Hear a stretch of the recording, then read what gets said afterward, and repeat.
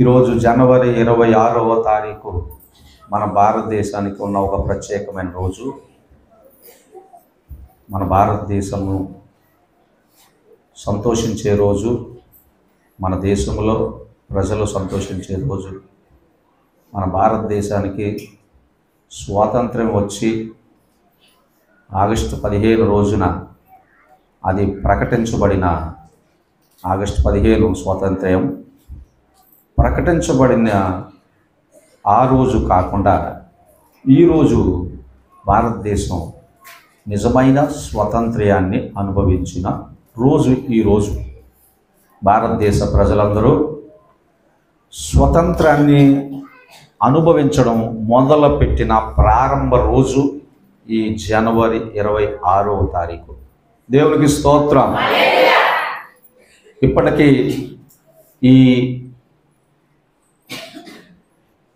గణతంత్ర దినోత్సవాన్ని జరుపుకోవడం మొదలయ్యి నేటికి ఎన్ని సంవత్సరాలు అవుతుంది? 75 పూర్తయి 76వ సంవత్సరం ఈ రోజు నుంచి ప్రారంభం. మన భారతదేశం యొక్క ప్రజలు స్వతంత్రంగా బ్రతికే రోజు ప్రారంభం జనవరి 26, రిపబ్లిక్ డే, గణతంత్ర దినోత్సవం. అనగా స్వతంత్రం లేకుండా బ్రతికిన ప్రజలు మనం 75 సంవత్సరాల క్రితం స్వతంత్రం లేకుండా బానిసలంగా బ్రతికిన భారతీయులం మనం. సృష్టికర్త అయిన దేవుడు భారతదేశంలో అనేకమైన ప్రజల్ని ధైర్యపరిచి జ్ఞానం నింపి అనేకులు ప్రాణాలు పెట్టినందున భారతదేశ ప్రజలకి స్వాతంత్ర్యం వచ్చింది.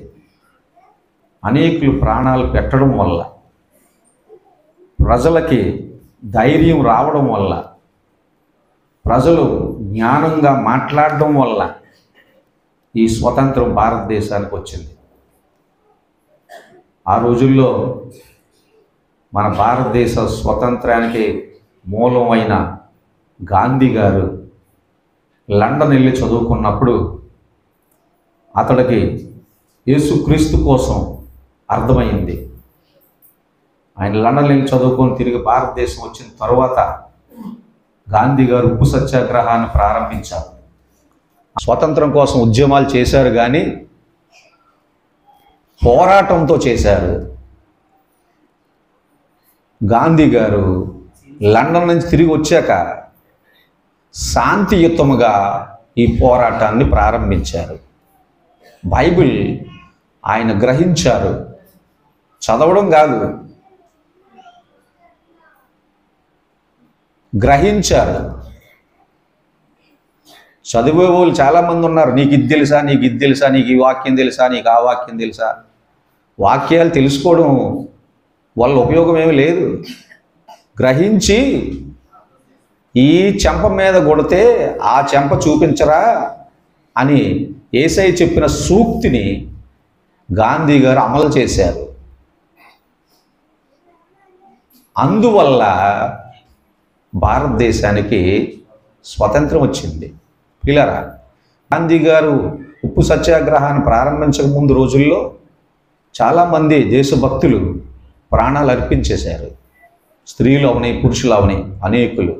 కొంతమంది మనకు తెలుసు, పేర్లు రాయబడలేని వాళ్ళు, పేర్లు తెలియని వారు భారతదేశ స్వతంత్రం కోసం చాలామంది ప్రాణాలు పెట్టారు. ఏదో కొద్దిమంది, దుర్గాబాయి దేశముఖ్, వల్లభాయ్ పటేల్, ఇలాంటి ఏదో కొద్దిమంది పేర్లే మనకు తెలుసు. పేర్లు లేనివారు చాలామంది ప్రాణాలు అర్పించారు. అందువల్ల పని అవ్వలేదు. గాంధీ గారు శాంతియుతంగా ప్రారంభించారు స్వాతంత్రం కోసం. ఆయనకి ఎలా తెలుసు? యేసుప్రభు వారి యొక్క మాటలున్న పరిశుద్ధ గ్రంథం ఆయన గ్రహించాడు. పిల్లరా, ఇక్కడున్న మనం వింటున్నాం, చదువుతున్నాం, కానీ గ్రహించట్లేదు. ఎవడు అమలు చేయట్లేదు. తెలుసుకోవడం వల్ల సైతానికి కూడా తెలుసని మీకు ఎన్నోసార్లు చెప్తున్నాను. సైతానికి కూడా తెలుసు. తెలియడం వల్ల ఉపయోగం ఏంటి? గ్రహించండి. అందువల్లే పని అయింది భారతదేశానికి. దానికి ముందు అల్లూరి సీతారామరాజు ఏమన్నాడు? ఏరా కుక్క, నన్ను కాలుస్తావా? కాల్చు నా గుండెల మీద అన్నాడు. తెల్లోడిని ఏమన్నాడు? తెల్లోడిని, రే కుక్క నన్ను కాలుస్తావా? కాల్చు అంటే ఆడే టపటప కాల్చేస్తాడు. ఎంతోమందిని కాల్చేసాడు తెల్లోడు. పని అవ్వలేదు. మనకు తెలియని వారు, దేశం కోసం ప్రాణాలు పెట్టిన వారు చాలామంది ఉన్నారండి చరిత్రలో. పని అవ్వలేదు. ఎప్పుడైతే గాంధీ గారు ఈ చెంప మీద కొడితే ఆ చెంప చూపించరా అనే సూక్తిని మొదలెట్టాడో భారతదేశంలో, అప్పుడు స్వాతంత్రం, అప్పుడు వచ్చింది స్వాతంత్రం. సహోదరులారా, యేసయ్యను నమ్ముతున్న క్రైస్తవుల్లో చాలామంది ఇంకా ఈ సూక్తిని పాటించట్లేదు. చర్చిలకు వెళ్తున్నారు కానీ నీకు వాక్యాలు తెలిస్తే సుఖమేముంది? వాక్యాలు చదవడం తెలియడం వల్ల ఉపయోగం లేదు. నువ్వు దాన్ని ప్రారంభించు, దాన్ని అనుసరించు, నువ్వు నేను. అప్పుడు యేసయ్యకి చేతకాక సిలువలో చచ్చిపోయాడా? యేసయ్య ఆయన ఏమీ చేయలేక ఆయన వచ్చి బంధించారు. బంధించినప్పుడు పేతురు గారు ఏం చేశారు? వెంటనే కత్తి తీశాడు, ఆ చెవు నరికేశాడు. మల్కు అనే ఒక సైనికుడు చెవు కింద పడిపోయేలా నరికాడు. పేతురు, నాకు సహాయం చేయడానికి పరలోకం నుంచి దూత సమూహం దిగుతుంది, ఇప్పుడు దిగమంటే నీ కత్తి తీసి నీ వరలో పెట్టుకో. కత్తి పట్టినవాడు కత్తితోనే పోతాడు. సహోదరులారా, యేసయ్యను నమ్ముకొని మనము కత్తి పట్టుకుంటే, యేసయ్యను నమ్ముకొని మనము విషం పెడితే, యేసయ్యను నమ్ముకొని మనము కర్ర పట్టుకుంటే యేసయ్య సువార్త భూమి మీద వ్యాప్తి చెందదు. దానికి సాక్ష్యం భారతదేశమే. గాంధీ గారు చేసిన శాంతి ర్యాలీ ఈరోజు 75 సంవత్సరాలు పూర్తి చేసుకుంది భారతదేశం. ప్రియులారా, ఈ స్వతంత్రం శాంతియుతమైన ర్యాలీ వల్ల వచ్చింది. ప్రాణాలు పెట్టడం వల్ల వస్తుంది అనుకున్నారు భారతీయులు, బలం వల్ల వస్తుంది అనుకున్నారు. సుభాష్ చంద్రబోస్ ఎంత బలవంతుడు! బలం వల్ల రాలేదు, ప్రాణం పెట్టడం వల్ల రాలేదు. శాంతియుతమైన ర్యాలీ వల్ల భారతదేశానికి ఈ రిపబ్లిక్ డే ఈరోజు జరుపుకుంటుంది భారతదేశం అంతా. ఈరోజు పరిపాలిస్తున్న వారు ఎవరో ప్రాణాలు పెట్టిన వాళ్ళు కాదు. ఈరోజు సీట్లలో కూర్చున్న వాళ్ళు ఎవరు స్వతంత్రం కోసం ఒకరోజు కూడా ఉపవాసం ఉన్న వాళ్ళు కాదు. మహానుభావులు ప్రాణాలు పెట్టారు మన దేశం కోసం. అందుకే ఈరోజు స్వతంత్రంగా మన దేశంలో బ్రతుకుతున్నాం. ఆ స్వతంత్రం కోసం మనం చదువుకున్నాము. ఆ గలతీ పత్రిక 5వ అధ్యాయము 1వ వచనము, ఈ స్వతంత్రము అనుగ్రహించి క్రీస్తు మనలను స్వతంత్రులుగా చేసి ఉన్నాడు. దేవునికి స్తోత్రం. ఈ స్వతంత్రం అనుగ్రహించాడు, అనుగ్రహించి మనలను స్వతంత్రులుగా చేశాడు. దేవునికి స్తోత్రం. పిల్లరా, ఈ స్వతంత్రం అంటే, ఈ స్వతంత్రం అనే దానికోసం మనము కొంచెం విషయాన్ని, చిన్నదాన్ని మనం తెలుసుకోవాలి. చాలా ఉంది తెలుసుకోవాల్సింది, కానీ మనం కొంచెం లోతుకి, కొంచెం ముందుకి మనం వెళ్ళాలి. వెళ్తే ఈ మాట ఎందుకు వచ్చింది, అసలు ఈ స్వతంత్రం కోసం బైబిల్ ఎందుకు ఈ పదం రాయబడింది అనే విషయాన్ని మనం ఆలోచించాలి. బైబిల్ వైపు చూడండి. మీరు 4వ అధ్యాయం దగ్గరకు వెళ్ళండి. 4వ అధ్యాయం దగ్గరకు వెళ్ళండి. నేను చదువుతుంటాను. బైబిల్ వైపు చూడండి. 21వ వచనం దగ్గర మీ వేలు పెట్టి చూడండి. 21వ వచనం దగ్గర మీ వేలు పెట్టి చూడండి. ఈ ధర్మశాస్త్రములకు లోబడి ఉండగోరు వారులారా, మీరు ధర్మశాస్త్రం వినుట లేదా? నాతో చెప్పుడి. దానివల్ల ఒకడును, స్వతంత్రాలి వల్ల ఒకడును, 2 కుమారులు అబ్రహాము కలిగిరని రాయబడి ఉంది కదా. ఏంటి? 2 కొడుకులు కలిగారట అబ్రహాముకి. ఒకడు స్వతంత్రం వల్ల కలిగాడట, ఒకడు దాస్యం వల్ల కలిగాడు. అర్థం చేసుకోండి. అబ్రహాముకి ఇద్దరు కొడుకులు కలిగారట, పుట్టారు. అందులో ఒకడు స్వతంత్రంగా పుట్టాడు, ఒకడు దాచుకొని పుట్టాడని అనుకోవాలి. ఇప్పుడున్న రోజుల్లో అయితే చాటున ఉన్నాడు. అబ్రహాము బతికుండగానే, ఆరోగ్యంగా ఉండగానే ఆ దాసిని, ఆ దాసిరాలకు పుట్టిన కొడుకుని ఆస్తి పంపించాడు. మీకు మాకు సంబంధం లేదు, మీ దారి మీరు వెళ్ళిపోండి, మీ బతుకు మీరు బతకండి వెళ్ళిపోయాడు. ఆ కొడుకు ఇక్కడ మనం చూస్తున్నాం. అబ్రహాముకున్న ఆ దాస్యం వల్ల దాసురాలకి, దాసీకి పుట్టిన ఆ కొడుకు ఎవరో, ఆ సంతానం ఎవరో, స్వతంత్రాలకి, స్వతంత్రంగా నలుగురిలో 10 మందిలో పెళ్లి చేసుకున్న భార్యకి పుట్టిన ఆ కొడుకు ఎవరో అనేది ఇక్కడ మనం చదువుతున్నాం. అందుకే స్వతంత్రం కోసం వచ్చింది బైబిల్ గ్రంథంలో. స్వతంత్రం కోసం ఎందుకు, మనకేంటి స్వతంత్రం కోసం అని అనుకుంటున్నాం. అందుకే ఈ మాటలే మనం చదువుతున్నాం. ఇప్పుడు చూడండి, మళ్ళీ చూడండి 23 చూడండి. అయినను దాసి వల్ల పుట్టినవాడు శరీర ప్రకారంగా పుట్టెను, స్వతంత్రాల వల్ల పుట్టినవాడు వాగ్దానాన్ని బట్టి పుట్టాడు. దేవునికి స్తోత్రం. శరీరం వల్ల పుట్టాడంటే అర్థమేంటి? శరీర కోరిక వల్ల, శరీర ఆశ వల్ల, శరీర సంబంధమైన ఆస్తి వల్ల, శరీరం వల్ల పుట్టాడు. ఎలాగైనా అర్థం చేసుకోవచ్చు మనం ఆలోచన చేస్తే. వాగ్దానం వల్ల పుట్టాడు ఒకడు. వాగ్దానం వల్ల పుట్టినోడు ఎలాగున్నాడు ఏమండి? వాగ్దానం వల్ల పుట్టినోడు అబ్రాహాము, సారా ఇద్దరు ముసలోళ్ళు అయిపోయిన తర్వాత పిల్లల కనడానికి పని చేయలేని వయసులోకి వచ్చేసాక. అర్థం చేసుకోండి. అవన్నీ మీకు తెలివితేటలు ఉన్నాయి కాబట్టి మీరు అర్థం చేసుకోండి. పిల్లల కనడానికి పని చేయలేని వయసులోకి వచ్చేసాక. దేవునికి స్తోత్రం. ఇద్దరిని కూడా మీరు ఆలోచన చేయండి, ఇద్దరిని ఆలోచన చేయండి. పిల్లల కనడానికి పని చేయలేని వయసులోకి వచ్చేసారు ఇద్దరు.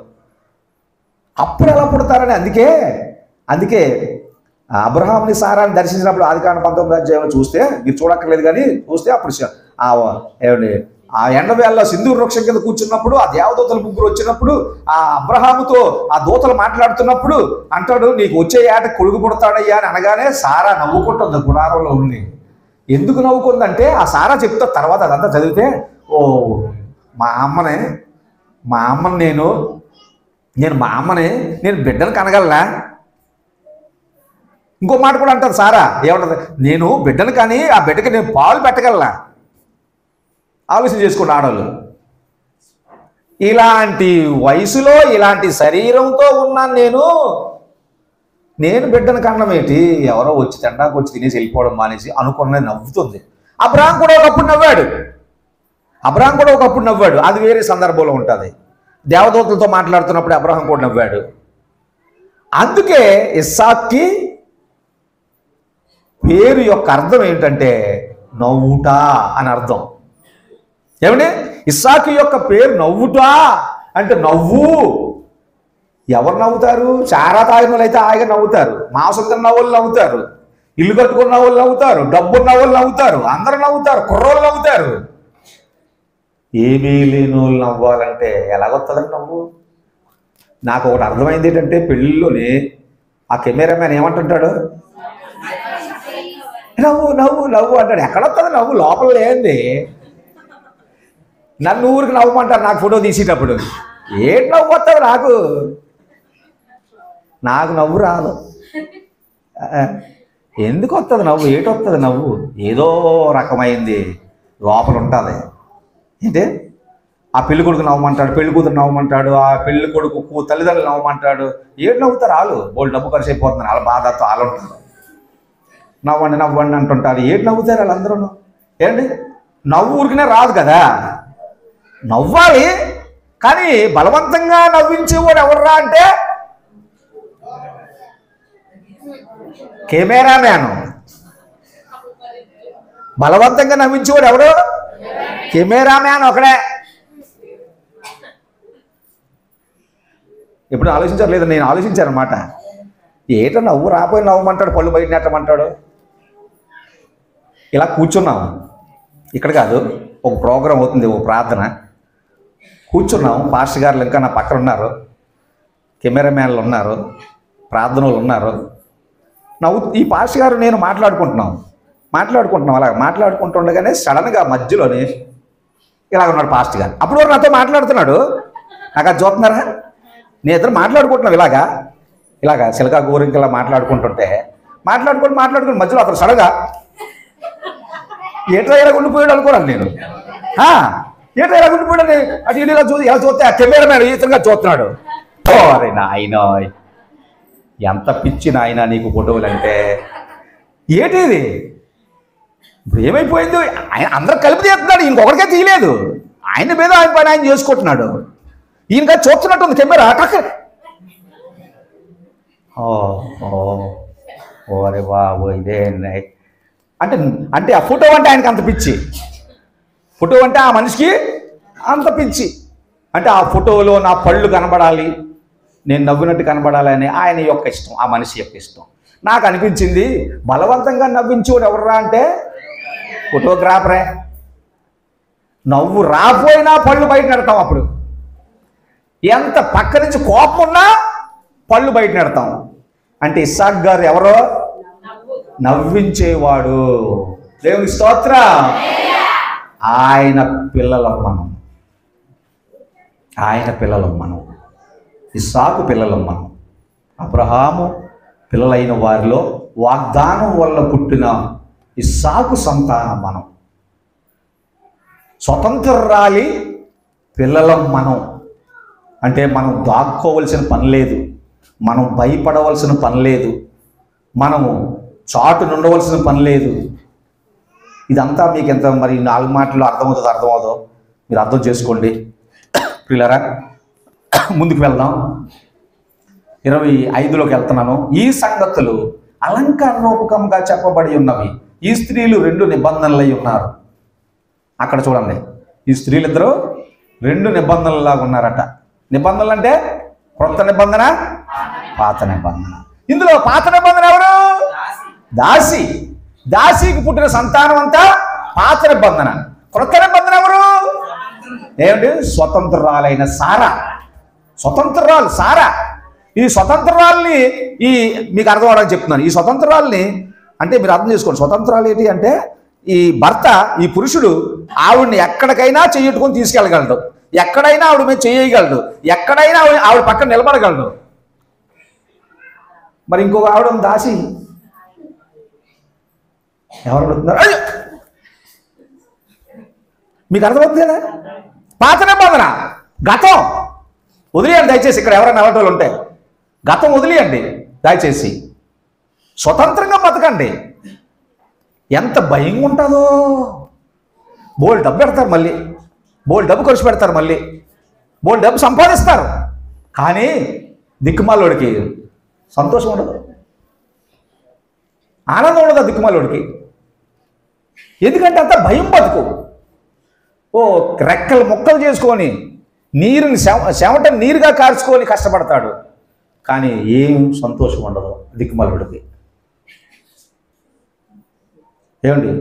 స్వతంత్రంగా బతుకుతాడు ఒక భార్యతోనే, ఒక భర్తతోనే.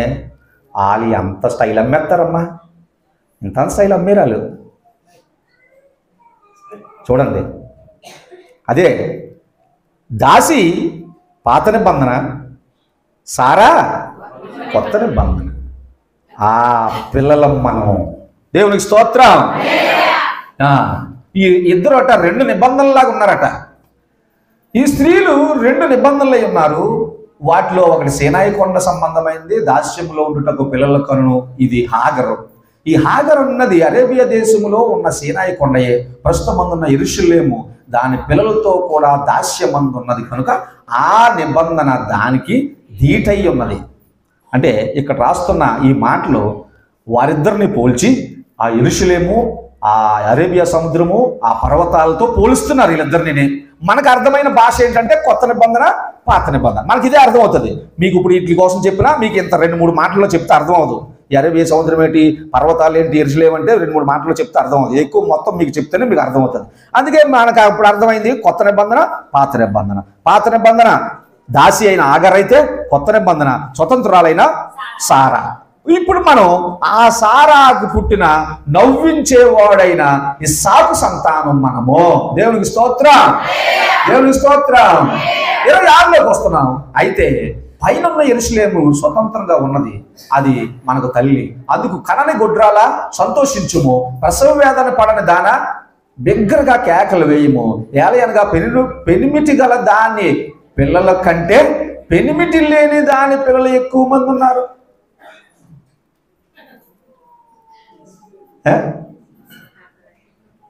అర్థమైందా? ప్రపంచం అంతా చూస్తే ఇప్పుడు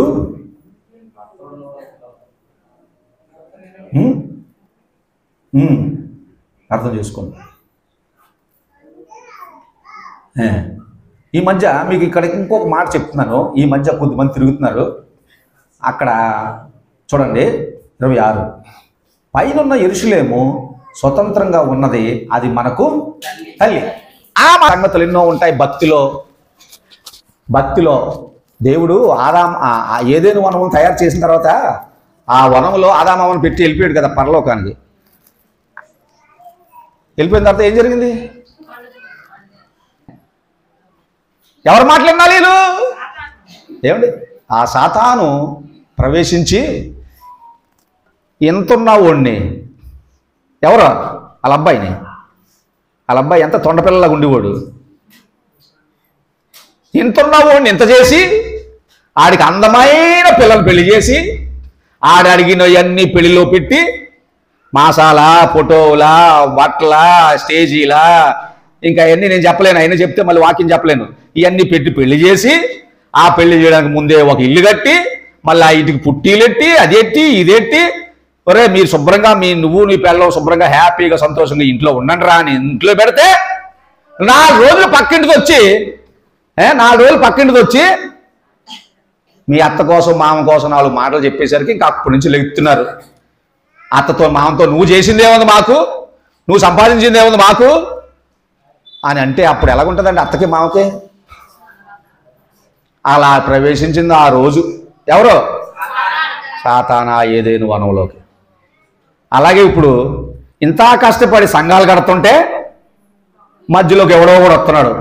నీకు ఈ వాక్యం తెలుసా, నీకు అది తెలుసా, మీ పాస్టర్ గారు ఏం చెప్తున్నారు, మీ పాస్టర్ గారు ముక్కుపొల్లు ఎట్టుకుంటుందా లేదా? తప్పు కదా మరి పాస్టర్ గారు ముక్కుపొల్లు ఎట్టుకుంటే?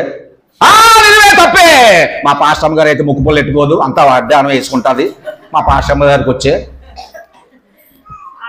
ఎలాగుంటుందంటే అప్పుడు పాస్టర్ గారికి ఇన్ని సంవత్సరాలు కష్టపడి తాగుళ్ళలో దొర్లి ఓడిని, విగ్రహాల్లో దొర్లి ఓడిని, అందులో దొర్లి ఓడిని, ఇందులో దొర్లి దాన్ని ఏదో ప్రార్థన చేసి చెప్పి బుజ్జగించి అర్థమయ్యేలా చెప్పి ప్రార్థన చేసి మోకాళ్ళేసి ఉపవాసం ఉండి కన్నీరు గార్చి నడిపించి నడక నేర్పించి ప్రార్థన నేర్పించి పాట నేర్పించి వాక్యం నేర్పించి ఇందులో పెట్టిన తర్వాత ఎవడో కూడా వచ్చి ఇదిగో మీ పాస్టర్ గారు ఏం చెప్తున్నాడు అలా చెప్పొచ్చా మీ పాస్టర్ గారు అనేసరికి ఏం చేస్తున్నారు ఇప్పుడు వీళ్ళు?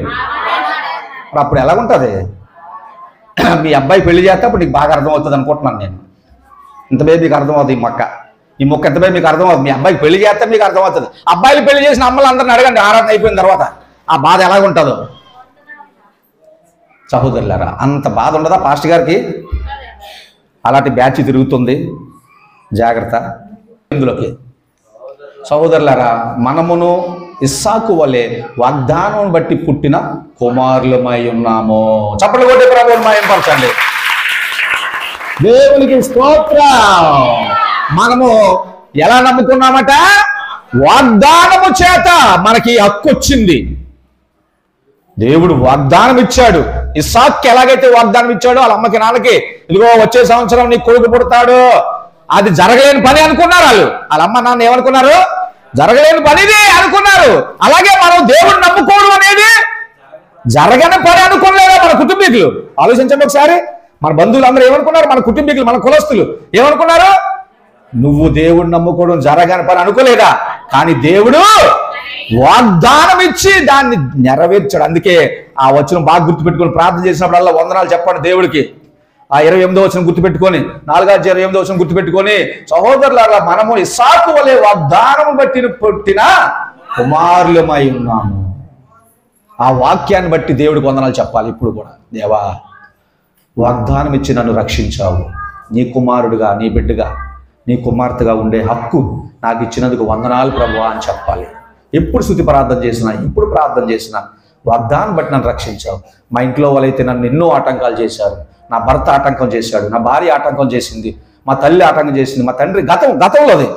ఇప్పుడు మళ్ళీ వాళ్ళ మీద కక్షలు పెంచుకోమని నేను చెప్పట్లేదు, దేవుని స్తుతించడానికి. మనం దేవుని నమ్ముకుంటామని అనుకోలేని సంఘటనలోంచి, సందర్భాల్లో నుంచి దేవుడు వాగ్దానం ఇచ్చి మనల్ని రక్షించాడు. అందుకే ఇక్కడ మనమును అని ఉంది. అందరికీ, నాకు ఒకరికే కాదు, నీకు ఒకరికే కాదు, ఆ పౌలు గారికి ఒకరికే కాదు, గలతీ సంఘానికి ఒకరికే కాదు, మనమును. ఏమంటే ప్రియులారా, మనమును ఏమిటి? వాగ్దానం, ఇస్సాకులాగా వాగ్దానం బట్టి నువ్వు పిల్లలం మనం. ఇప్పుడు మనల్ని మరి సైతాన్ పాడు చేస్తుంటే దేవుడికి బాధ అనిపించదా చెప్పండి? అంత బాధ కాదా? బాధ అర్థం చేసుకో. మనము వాగ్దానం చేత ఈ స్థలంలో కూర్చున్నాం. దేవుడు వాగ్దానం ఇచ్చి మన కఠినమైన స్థితిలో నుంచి, ఏసై నమ్ముకుంటూ వెలివేశారు, ఏసై నమ్ముకుంటూ కూరేయడు మానేశారు, ఏసై నమ్ముకుంటూ మన చిన్న చూపు చూశారు, వేశ్యని చూసినట్టు చూశారు. ఒకసారి గుర్తు చేసుకో, వేశ్యని చూసినట్టు చూశారు మీరు దేవుడు నమ్ముకున్నప్పుడు. ఒకసారి ఆలోచన చేసుకోండి, మనం ఏం తప్పు చేసామా?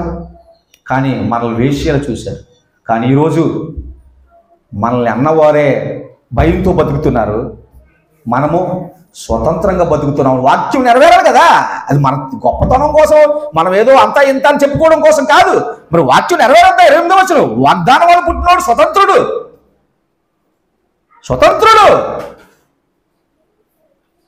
మనం స్వతంత్రం పొందుకున్న మనుషులు.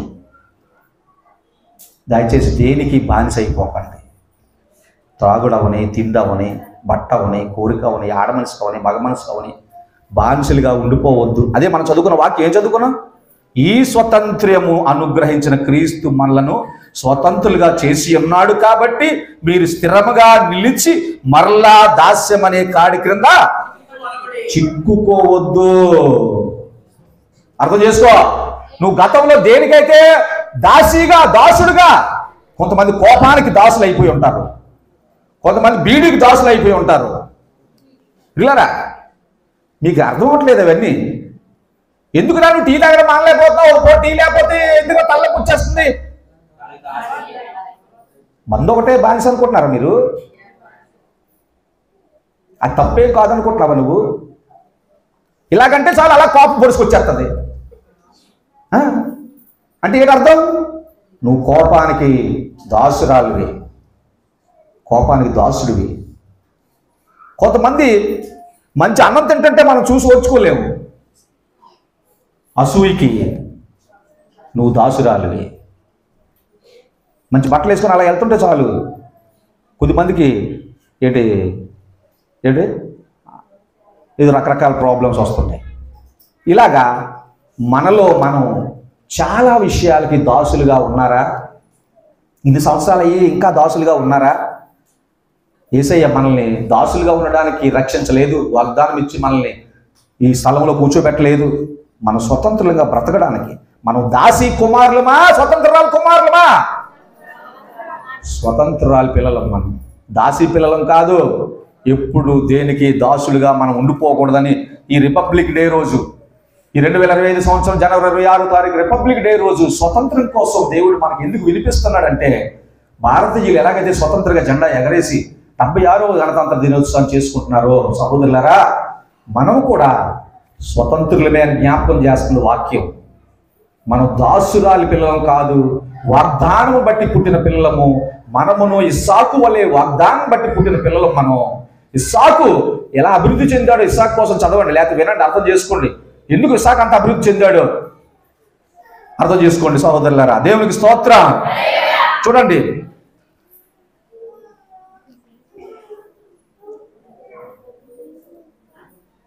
ముప్పై 29వ వచనం. శరీరం బట్టి పుట్టినవాడు ఆత్మను బట్టి పుట్టిన వానిని ఎలాగో హింస పెట్టినో ఇప్పుడు అలాగే జరుగుతుంది. ఈ మాట ఇంకో రకమైన అర్థాన్ని ఇస్తుంది. శరీరాన్ని బట్టి పుట్టినవాడు ఆత్మను బట్టి పుట్టిన వాడిని హింస పెట్టాడట.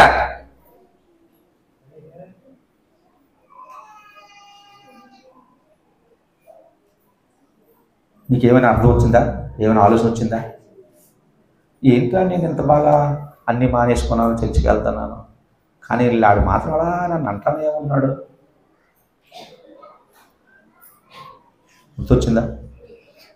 నేను ఎంత బాగా నా పని నేను చేసుకుంటున్నాను, నాదేం సంపాదించుకుంటున్నాను, నా ఇల్లు నేను చూసుకుంటున్నాను, నా పిల్లలు నేను చూసుకుంటున్నాను, నా భక్తి నేను చేసుకుంటున్నాను, నా ప్రార్థన నేను చేసుకుంటున్నాను, అయినా కానీ ఏంటి రావాలా మనిషి అలాగా అంటానే ఉంది, ఏంటి బాధ? ఆలోచన వస్తుందా? వాక్యమే ఉందా చూడండి అక్కడ. శరీరాన్ని బట్టి పుట్టినవాడు ఆత్మను బట్టి పుట్టినవాడిని హింసిస్తున్నాడు. అదే జరుగుతుందని కూడా ఉంది అక్కడ. మీలో ఎవరికైనా జరుగుతుందో లేదో ఆలోచన చేసుకోండి.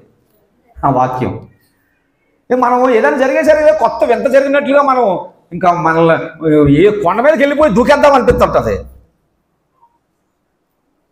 కానీ అప్పటి నుంచి జరిగి కాదు ఇవన్నీ.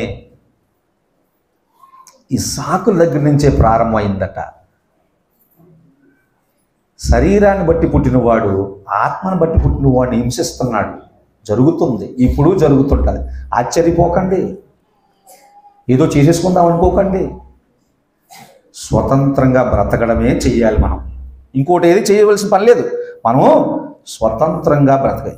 ఇప్పుడు కుర్రోళ్ళందరూ ఏం చేస్తారు? జెండా పట్టుకొని ఎలా నడుస్తారు? ఇలా నడుస్తారు, అంతే. ఇలా నడుస్తారు జెండా పట్టుకొని, ఇలా నడుస్తారు జెండా పట్టుకొని. ఎందుకు? మా దేశానికి స్వతంత్రం వచ్చింది, మాకు స్వతంత్రం వచ్చింది అని. ఎవరో నిన్నేదో అంటున్నారని, ఎవరి మాటలో నీ చెవిలో పడి నువ్వు బానిసలాగా భయపడిపోవద్దు. బానిసలాగా భయపడొద్దు. స్వతంత్రురాలివి నువ్వు, స్వతంత్రురాలి బిడ్డలు మీరు. మనం స్వతంత్రంగా బ్రతకండి. నీ కష్టార్జితం, నీ పని, నీ తిండి, నీ ఇల్లు, నీ భక్తి, నీ కుటుంబం, స్వతంత్రంగా బ్రతుకు. భయపడి బతకొద్దు.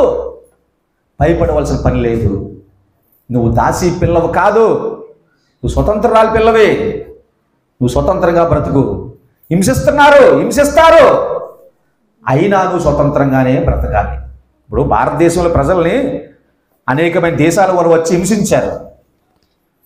ఒక బ్రిటిష్ వారే కాదు, భారతదేశాన్ని పరిపాలించిన బ్రిటిష్ వారే కాదు, అనేకమైన దేశాల నుంచి వచ్చిన వారు భారతదేశంలో ప్రజలను హింసించారు. హింసించినప్పుడు భారతీయులు ఏమైపోవాలి? ఇప్పటి వరకు కూడా బానిసలుగా బతకాలి. మనం ఇప్పటి వరకు కూడా బానిసలుగా బతకాలి. కానీ హింసిస్తున్నప్పుడు భారతీయులు భయపడిపోకుండా ధైర్యంగా వారు బ్రతికారు. అందుకే స్వతంత్రం వచ్చింది భారతదేశానికి. సహోదరులారా, ధైర్యంగా బ్రతకడం నేర్చుకోవాలి. చాలామందికి ఏమండి యేసుప్రభు నమ్మడంలో నమ్మకం ఉంది, చర్చికి వెళ్ళాలి, కానీ భయంతో చాలామంది ఏసై నమ్మలేకపోతున్నారు. చర్చికి రాలేకపోతున్నారు, ధైర్యం లేక. స్వతంత్రాలు పిల్లలు మనం. ఇంకెక్కడ ఉన్న వారిలో ఎవరైతే దేనికి బానిసలుగా ఉన్నారో మీకు తెలుసు. నేను బానిసగా ఉంటే నాకు తెలుసు, నేను దేనికి బానిసగా ఉన్నాను నాకు తెలుసు. దాచుకోలేము. ఈ సంవత్సరం ఈ రిపబ్లిక్ డే రోజు దేవుడు చెప్తున్నాడు, బానిసత్వం నుంచి బయటికి రా. నువ్వు బానిసగా బ్రతకడానికి నిన్ను దేవుడు రక్షించలేదు. నువ్వు బానిసగా బ్రతకడానికి దేవుడు నీ కోసం రక్తం కార్చలేదు. నువ్వు బానిసగా బ్రతకడానికి దేవుడు నీకు రక్షణ బాప్తీసం ఇవ్వలేదు. నీవు స్వతంత్రంగా బ్రతుకుతావని ఇచ్చాడు నీకు బాప్తీసం. దేనికైతే బానిసగా ఉన్నావో సహోదరుడా, సహోదరి, ఈ వాక్యం వింటున్నామా, ఈ మాటలు వింటున్న సహోదరులారా, నువ్వు దేనికైతే ఇంకా బానిసగా ఉన్నావో, 20 సంవత్సరాల నుంచి చేసే నమ్ముకొని కూడా, 30 సంవత్సరాలు చేసే నమ్ముకొని కూడా ఇంకా నువ్వు దేనికి బానిసగా ఉన్నావు. మనము దాసి పిల్లలం కాదు, స్వతంత్రురాలి పిల్లలమని నిరూపించు. ధైర్యంగా బానిసత్వం నుంచి బయటికి రా. నీ బానిసత్వాలు ఎన్ని రకాలుగా ఉంటాయి నీకు తెలుసు. దయచేసి ఈ సంవత్సరం, ఈ రిపబ్లిక్ డే, ఈ 2025 సంవత్సరం నుంచి భారతీయులు ఎలాగైతే ఈ స్వతంత్ర దినోత్సవాన్ని జరుపుకుంటున్నారో నువ్వు కూడా జరుపుకోవాలి. నీ భార్య జరుపుకోవాలి, నీ పిల్లలు జరుపుకోవాలి. పేరు క్రైస్తవ కుటుంబమే కానీ ఇంట్లో స్వతంత్రం లేదు చాలా మందికి. పేరు క్రైస్తవ కుటుంబమే, నిన్ను బ్రిటిష్ దొరలా చూస్తున్నారు మీ ఇంట్లో, తెలుసా సంగతి? ఆ రోజు భారతీయులు బ్రిటిష్ వాళ్ళు చూసి ఎలాగైతే భయపడినట్టు నటించారో, భారతీయులు భయపడలేదు, భయపడినట్టు నటించారు, అందుకే స్వతంత్రం వచ్చింది. ఇప్పుడు కూడా చాలా మంది ఇళ్లలో భయపడినట్టు నటిస్తున్నారు, భార్యలు భర్తకే, పిల్లలు తల్లిదండ్రులకే. నిజమేనా కాదా? అలా ఉంటే ఇల్లు బాగుపడదు, వర్దెల్లదు. బ్రిటిష్ దొరలా నటిస్తూ బ్రతుకుతున్న సహోదరులారా, ముందు మీరు మీ గుణాలు మార్చుకోండి. మీరు చేసి అన్ని మీరు చేసేస్తుంటారు, భార్యను బెదిరిస్తారు, భర్తను బెదిరిస్తారు, పిల్లలను బెదిరిస్తుంటారు. అర్థం చేసుకోండి, ఒక వ్యభిచార పాపం ఒకటే కాదు, చాలా రకరకాలైన గుణాలకి బానిసలై ఉన్నాం మనం మనుషులందరం. యేసయ్యని నమ్ముకొని ఇంకా ఇక్కడ మనం కోపానికో, అసూయకో, నిద్రకో, తిండికో, బట్టకో, అర్థం చేసుకోండి, బానిసలే. టీకి, అగ్గిపెట్టికి,